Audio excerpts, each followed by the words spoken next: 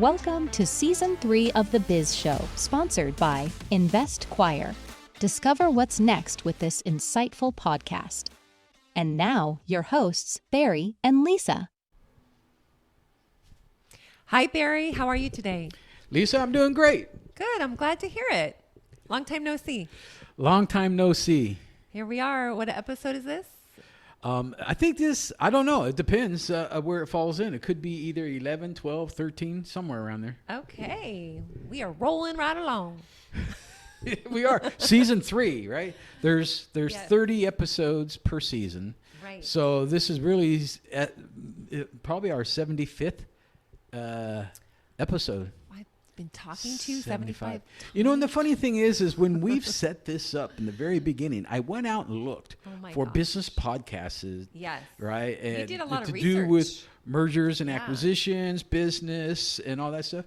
And I could only find maybe a handful. And the one that had the most in there had a total of 7 episodes. That is all? That's So it. We far surpassed. Oh, we're Yeah. 100 times over that now. Yeah, he came to me with a full research paper on podcasts. Well, that's me, right? It's, that's my anal, my ADD, whatever coming That's out. why I love you. You got So- our back. Well, you know, I try to research everything, and I like to be well informed before I make a decision. And as my past experiences, especially, you know, in some large companies and stuff like that, you got to make informed decisions because employees' livelihoods depend on it, so on and so forth. So Yes, and you wanted it to be a success, so yes, yeah, we started and off we're on- growing. We Here started we with go. nobody, and now we got almost 22,000 listeners. So. I know. It's amazing. It's so exciting. It I'd love is. to be able to touch people's lives and shed some light on some topics. And, you know, maybe you guys have a aha moment after listening to our podcast. Wait, isn't that a group? Musical I don't know, group. is it? Yeah, aha. I just remember being early on in my career and going to some mentorship, you know, seminars and whatnot. And they would always say, hopefully you'll get an aha moment out of the day. And, and so now here I am saying it. There you are. myself. Now Yeah. you're saying it. So we have a person that hopefully will give you guys an aha moment. So we have had Jake, right? Jake has been on the podcast before. Jake Grgurina, we love you. Yes, thank you for being here, Jake. Thank you so much for having me again. I really appreciate it. Yeah, well, we've always learned things when you're here. And today you're actually going to educate us some. I believe you're reading a book, right? And that book, you put it into practice, and it's working well. He's getting results. Yeah, absolutely. So I've been reading a book recently. Obviously can't be taking the credit for this stuff, but his name is Oren Klaff, and his book is Pitch Anything. I just finished this book recently and have been applying some of the lessons from this book into my real estate business. And it's been working really, really well for me. And it's kind of given me a new thought process on sales, marketing, and just how to communicate with people at a deeper level. And so I've just really taken a lot from it, and I've been able to share a little bit with the team, and excited to share some of those things with you guys today. That'd be great. Our listeners would really like to hear and get maybe some tips out of that, right? So I know that, you're getting your license really soon here, and I know that you're already out in the field and kind of drum up business and so on and so forth. So how does this book and the lessons in this book, kind of walk us through that? What are the lessons of the book, and then how do you think they apply to what you're doing? Yeah, so in the book, the main lessons is where he talks about his strong method. And this method has been practiced and tried for over 10 years. And this was all of Oren Klaff's individual research. And so his background is in venture capital. And so he is in the business of raising money for other businesses and different opportunities for investments. And he a lot of times has the same numbers, a lot of the same kind of projects that he's working on that his competitors have, but he's been able to time and time again beat his competitors using his strong method and using neuroscience to break down a person's thought process and actually be able to get into their head. Wait, did you say neuroscience? I did, and it's something that you wouldn't think is applicable. I don't, yeah. Tell me about that. So it's crazy. When I was first reading this too, I'm thinking this is way overanalyzed. No way this is actually working in practice. And as I continue to read the book and he gives example after example of these things working, it really started to click for me that, this could work for me as well. And so... And has it?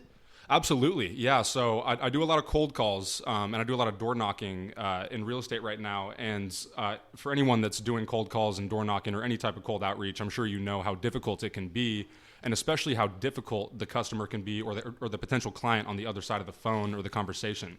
And so in the book, he really dives deep into controlling attention, status, and decision dynamics in between yourself and the potential client.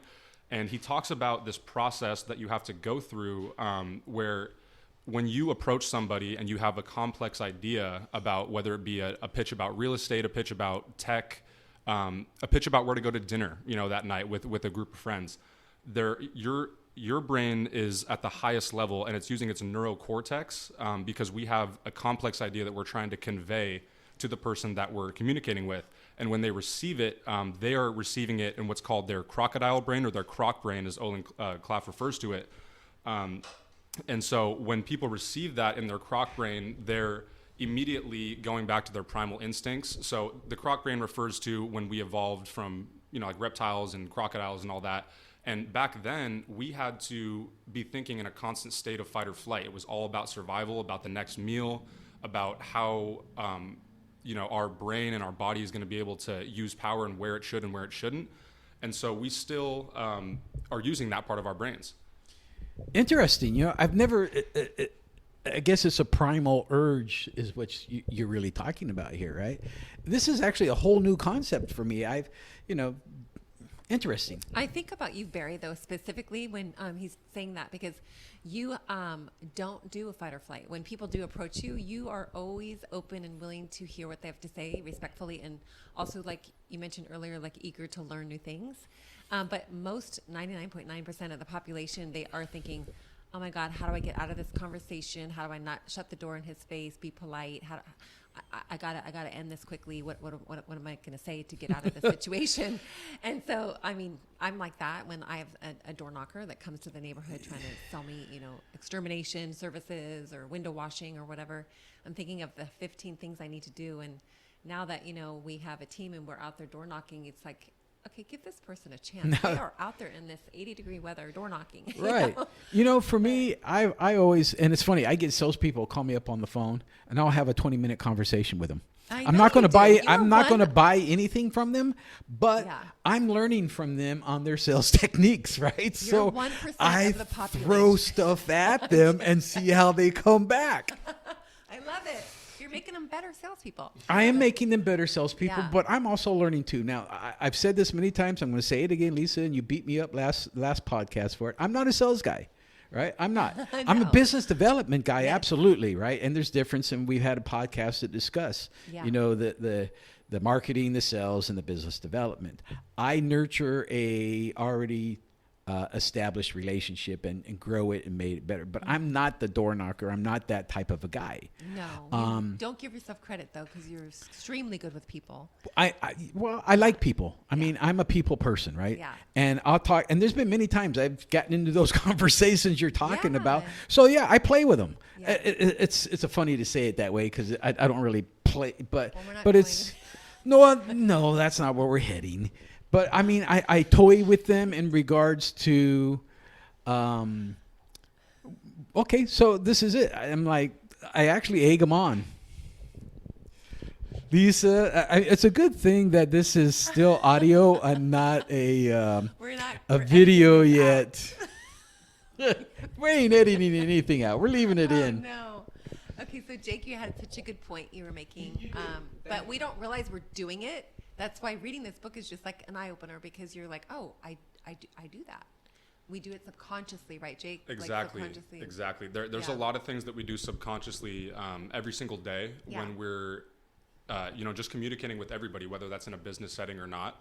And so when we're communicating with these people, there's that croc brain that I was referring to. That's what we're communicating with a lot of the time, and especially in sales, because there was actually a study talked about in the book it was done by, I can't remember which university, but it was talked about in the book. And there is actually the chemicals that get released in your brain when there's a physical fight or flight situation happening. So if somebody has a gun to your head, if there's some threat to you, you release certain chemicals in your brain that activates your fight or flight. It's been studied that those same chemicals get released in social fight or flight situations. Oh, okay. So when you get on the phone and somebody feels threatened by your idea, they feel like they could get scammed by you, they don't know the number calling, they get that same chemical released in their brain as somebody right in front of them about to punch them in the face. Yeah. And so those chemicals will give the same reaction. And so they'll just say, I want to get away from this, I want to get away from it, or I want to fight it. And so that's what we kind of see at the doors and on the phone. They'll try to fight by objecting and saying, no, I don't want this, I don't want to talk to you.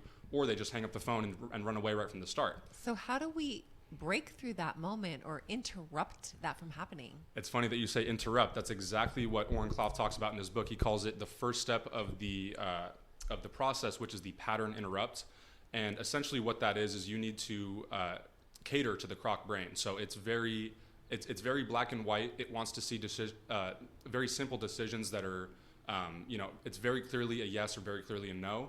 And if you don't engage it, or if you don't give it something new and exciting, it's just going to try to get away from it and try to put as little amount of brain power to that as possible. So you feed the crocodile. Exactly. So the first step would be feeding the crocodile. So what?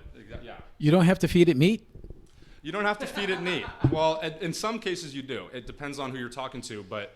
So, for example, what I do on the phones, so I've been cold calling a lot, and a lot of people that get calls from realtors is just, do you want to sell your house? Or do you want to buy a property? And it's very salesy, it's very needy. It's very like, I need you to live, to do business, to make money. Right. When someone sees that you're needy, they immediately have the power over you. And this is a lot about what he talks about in the book. He talks about frames and frame control. And whoever controls the frame controls the conversation. And so if you come in and establish the dominant frame by not allowing them to be the one objecting and doing all of that stuff, you're actually getting into their psyche and able to make them understand what you're saying a lot sooner.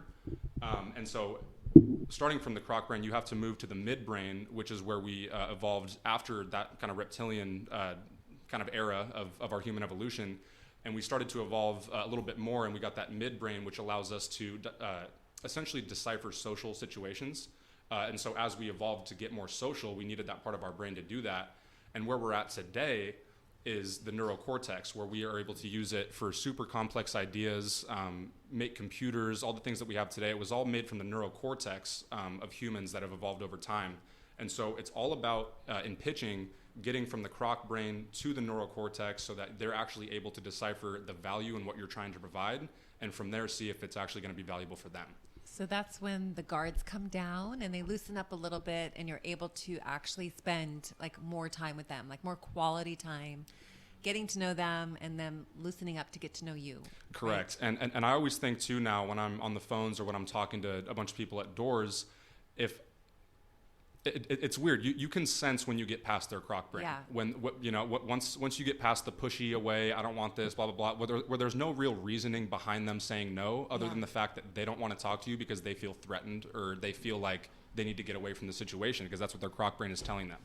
Right. And so it's really important to be able to break that cycle and then get them into the conversation with you up to the midbrain where it's a social interaction, and then to the neurocortex where they're actually able to decipher what you're trying to provide and if it's going to be right for them.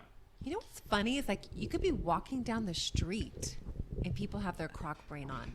You're walking up to up to the corner and they're at a stoplight waiting for the white hand or the white, walking sign to go on, and you could be approaching them with your dog walking or whatever.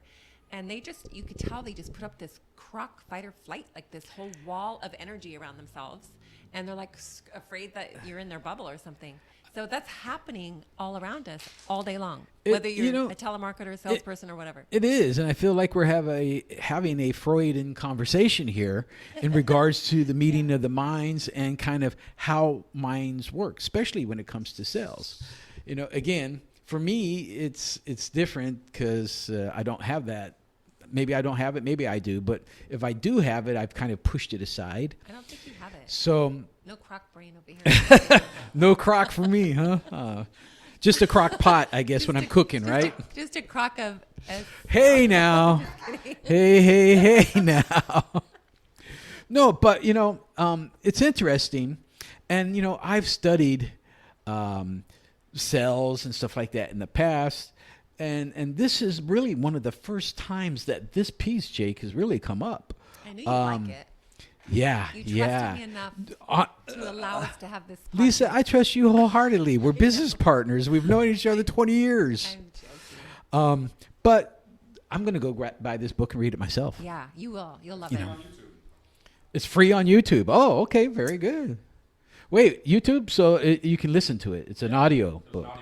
Okay. And Jake's absorbed it so well. You're really re-explaining the concept so well. So thank you for sharing that with us today. Yeah, YouTube is a new tool for a lot of businesses, right? Along with AI and everything else. But, you saying that is a lot of people forget to go to YouTube. There are so many training videos out there on all kinds of stuff. You know what's so cool? I bought this shed for the backyard, and I couldn't follow the directions because it wasn't working. I wasn't able to assemble the shed. So I went on YouTube. I'm 55 years old, and I'm not used to going on YouTube.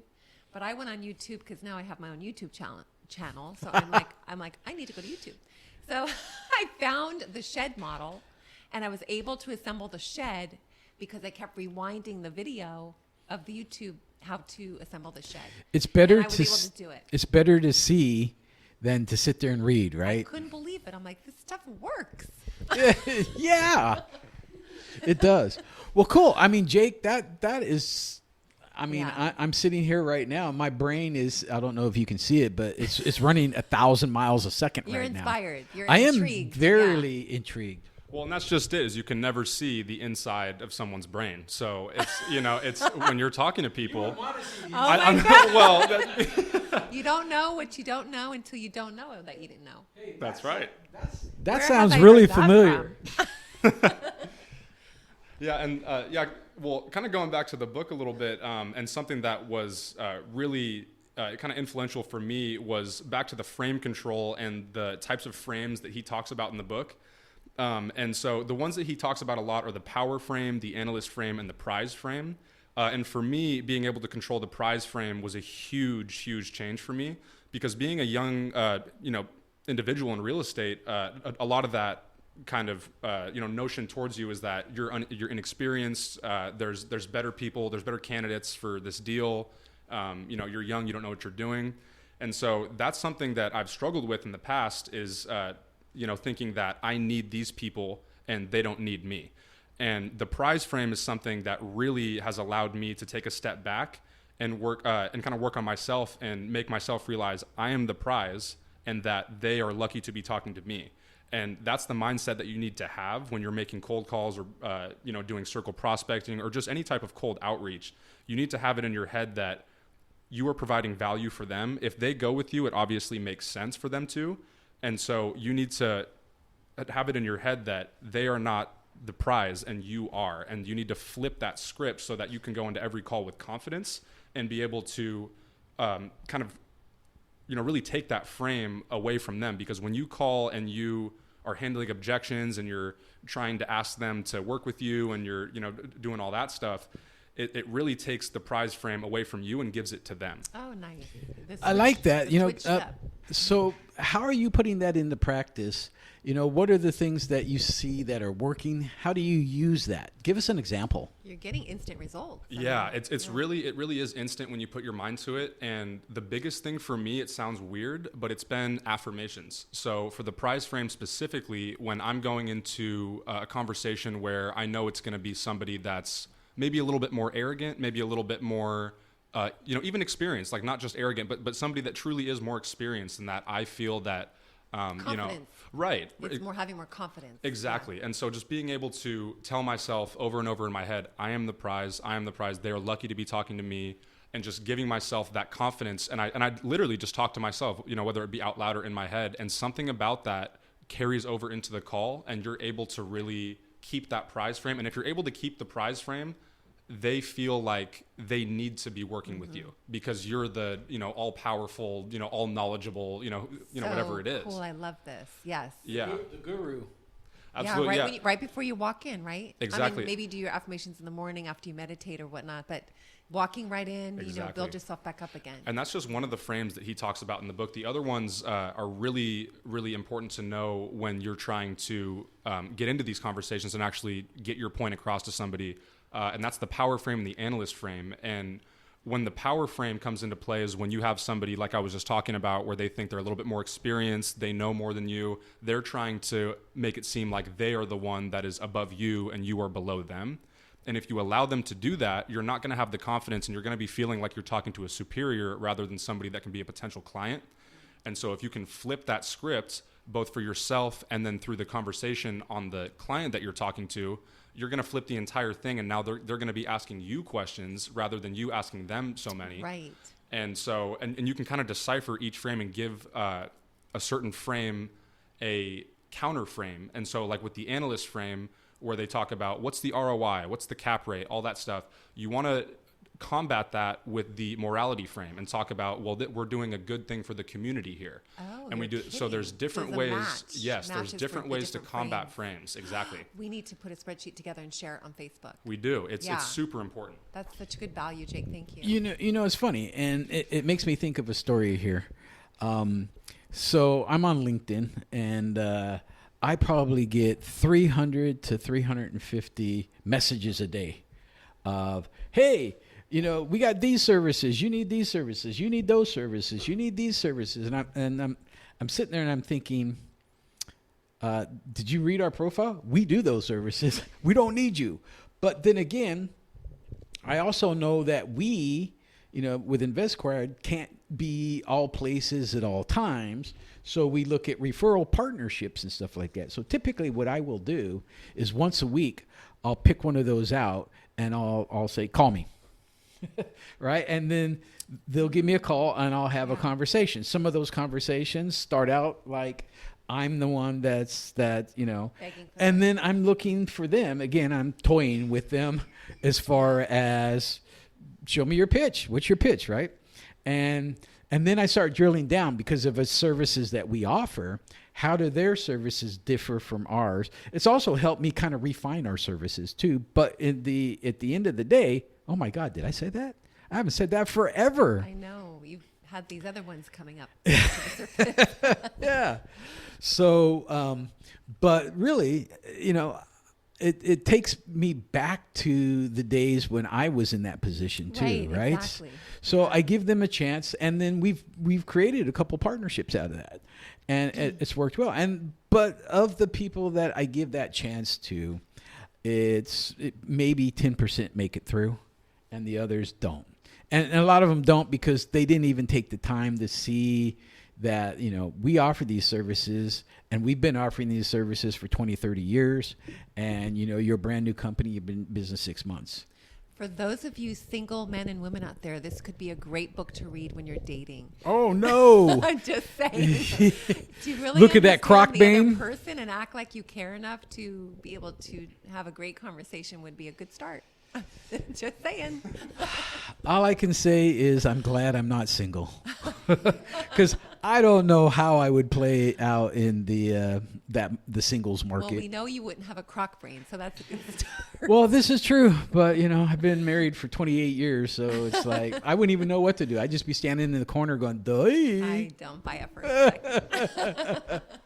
So anyway, cool. So Jake has had some good results with it so far. I mean, his conversations now are getting lengthier and lengthier when he is doing some cold calling and door knocking, and so it's translating.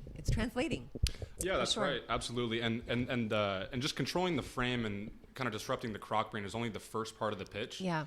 And so kind of getting towards the end of the pitch and actually trying to close the deal or make the appointment or whatever it may be, you need to always avoid neediness. And that's something that he continuously brings up throughout the book. Yeah. And that's something that he actually has examples of when he would go up against other groups that were trying to raise money for a certain project, and he would have to pitch against someone else. His pitch, he would end with he'd be offering the value, and he would say something like, but I don't know if we're going to be able to work together because our values may not align with yours. You take away something. So right when they think you're about to go right after him at the end of the pitch, you step away, because in pitches and just in life, people don't do what you tell them to do. They do what they want to do and what they think is right. That is so funny. And so but it's so true. Then then it makes them want you more. Exactly. And so you're almost playing this little game with them, and you allow them to play. And so you give them this great pitch, you disrupt their crock brain, you get them intrigued in it, you give them good information, and then you also have to take that prize frame. And another way you can do that is also by using the time frame, which is a super, super easy one that I've been using a lot, and it's really been giving me results. So for example, if you're on the a phone with somebody and you go, and you're trying to book an appointment, right? You can, at the end of that call, they're still not sure about it. You go, well, I'm going to have a little bit of time later on that week. I might be able to stop by. I'm not sure if I can. Would Wednesday work if I have time? And that tells them that you're busy and they are working into your schedule rather than, do you have time? I'll come anytime you need. Yeah. That gives them all the power. When you say, I might have time, I'm not sure, or if when you start the pitch or whatever it is and say, I'm only here for a couple of minutes, I'll be super quick, I got to run after this, it puts that time constraint on them. And so they think that you have other more important places to be, and that just automatically is trying to get them to be more engaged with you in the small amount of time that they do have with you. So dangle the carrot and then make believe you might be too busy at the end. I like that. I do. And definitely is a good sales strategy. One thing I'll say to that, and one of my pet peeves that really bugs me a lot, is the salespeople. They're always pitching me and stuff like that, right? And then they say, oh, just go to my Candidly and set up. It's like, no, you're pitching me. I ain't going to do anything. I'm not going to lift a finger. Yeah, if you want to sell, and I don't like Candidly and because everything is so electronic. It's like, we don't have time. Yeah. I don't use Candidly, Calendly or whatever. I don't use it because it takes some of the data and it uses it and it sells it. Oh. So in doing that, I steer clear of stuff like that, right? But definitely some sales tactics in there then to really take a look at. So this book is, was it Pitch Anything? By, you said, Oren Klaff? Oren Klaff. Klaff. Yeah, pick it up on YouTube. Klaff. All right. Wow, that was a good one. Thanks, Jake. Good information. Yes, thank you so much for sharing that knowledge. I mean, I didn't know. You didn't know. As I said, I've always said, how do you know what you don't know if you don't know what you don't know? Yeah, it's absolutely right, and it really is able to apply to not just sales and cold calling and pitching, but really just everyday relationships. Yes. And obviously, you're not looking to break everybody down that you're talking to or anything like that. You're not looking to always pitch something. But when you are, these are things that you can think about that are just basic human brain functions. Yeah, we do it with our kids. Exactly. We do it with our little toddlers and infants and children that are learning, and you want them to do something correctly or have good manners. And so we dangle the carrot or the piece of candy, so to speak. Yeah. I saw a cartoon about dangling the carrot, right? So you got the stick and you got the carrot, and you dangle the carrot in front of somebody, and then when they get close to you, you flip it and you hit them with a stick to push them back. Oh, well, There's a cartoon I think I saw, or meme or whatever on Facebook. I laughed at it. We don't want you guys doing that in the business world. No, we don't. Please do not try this. And for us, there's another one where the dangling the carrot and the guy's running after the carrot right into a grave. There's so many. I know there's so many funny TikToks now and reels. You could just get caught up in that whole world. Right. Yeah. Well, Jake, thank you so much for sharing the information that you had. I look forward to seeing it in practice, and I'm definitely going to go check this out and see what it's all about. Cool. Yep. So you guys can review this whole podcast on all the platforms. Please do subscribe to The Biz Show when you're doing that. And we have a Biz Show Facebook and an InvestQuire Facebook and website. Yes. And feel free to reach out to Lisa and myself. And if you guys want to hear a specific topic, let us know. You can drop it in the comments. You can email us. Many, many different ways to get a hold of us. Have a good day. All right. You guys have a good day. Thanks for tuning in. Bye. Bye. Thank you for listening to the Biz Show podcast. Subscribe to stay updated and follow Barry and Lisa on Facebook at The Biz Show. Share your comments or suggest specific business topics you'd like to hear. Bye!